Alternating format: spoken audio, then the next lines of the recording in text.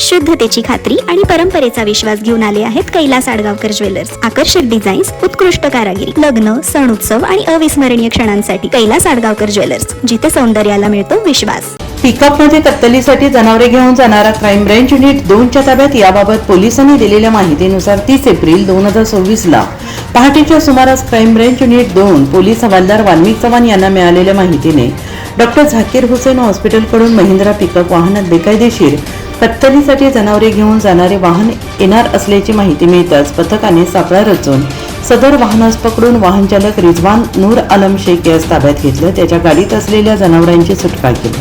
त्याच्या विरोधात भद्रकाली पोलीस ठाण्यात गुन्हा दाखल करण्यात आलेला आहे. सदर आरोपिताकडून महिंद्रा पिकअप, 2 गाई, 1 गोरा, 1 मोबाईल असा एकूण 4,70,000 रुपये किमतीचा मुद्देमाल जप्त करण्यात आला आहे.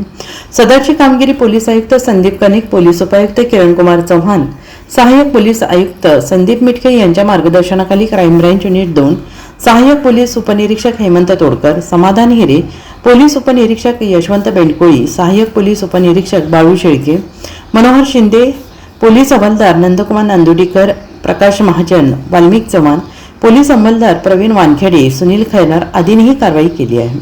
NCN न्यूजसाठी रोहन दानी, नाशिक.